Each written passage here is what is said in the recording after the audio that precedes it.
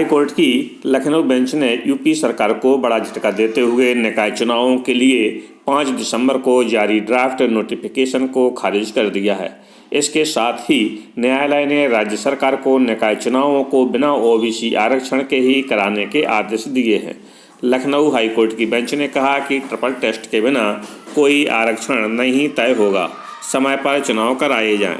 आपको बता दें कि हाईकोर्ट की लखनऊ बेंच ने यूपी के स्थानीय निकाय चुनाव के ओबीसी आरक्षण के मामले की सुनवाई 24 दिसंबर शनिवार को पूरी कर ली थी। कोर्ट के द्वारा इस मामले में फैसला सुरक्षित कर लिया था। ये आदेश जज देवेंद्र कुमार उपाध्याय और सौरभ लवानिया की खंडपीठ ने दिया।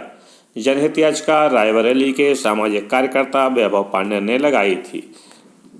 यूपी सरकार की ओर से अपर महाधिवक्ता विनोद कुमार शाही और मुख्य स्थायी अभिवक्ता अभिनव नारायण त्रिवेदी ने सरकार का पक्ष रखा था। दलील दी थी कि निकाय चुनाव में ओबीसी आरक्षण एक प्रकार का राजनीतिक आरक्षण है। पहले मामले की सुनवाई के समय राज्य सरकार का कहना था कि मांगे गए सारे जवाब प्रति शपथ पत्र में दाखिल कर दिए गए हैं। इस पर याचियों के वकीलों ने आपत्ति करते हुए सरकार से विस्तृत जवाब की गुजारिश की, जिसे कोर्ट ने नहीं माना।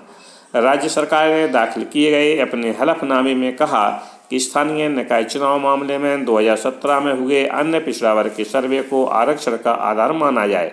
सरकार ने कहा कि इसी सर्वे को ट्रिपल टेस्ट माना जाए। यह भी कहा कि ट्रांसजेंडर्स को चुनाव में आरक्षण नहीं दिया जा सकता है। याचिकाकर्ता के वकील शरद पाठक ने बताया कि अन्य पिछड़ा वर्ग को आरक्षण देने के मामले में सुप्रीम कोर्ट ने कहा कि हर राज्य में अन्य पिछड़ा वर्ग की अलग अलग स्थितियां हैं। इसमें राज्य सरकार को तय करना होगा कि वह अपने राज्य में ओबीसी को कितना आरक्षण देना चाहती है। लेकिन महाराष्ट्र के एक मामले में सुप्रीम कोर्ट ने ट्रिपल टेस्ट का एक फॉर्मूला दिया। ट्रिपल टेस्ट में साथ ही कुल आरक्षण 50% से अधिक न हो, इसे ट्रिपल टेस्ट का नाम दिया गया है। हाल ही में सुप्रीम कोर्ट ने एक निर्देश दिया कि अगर अन्य पिछड़ा वर्ग को ट्रिपल टेस्ट के तहत आरक्षण नहीं दिया तो अन्य पिछड़ा वर्ग की सीटों को अनारक्षित माना जाएगा।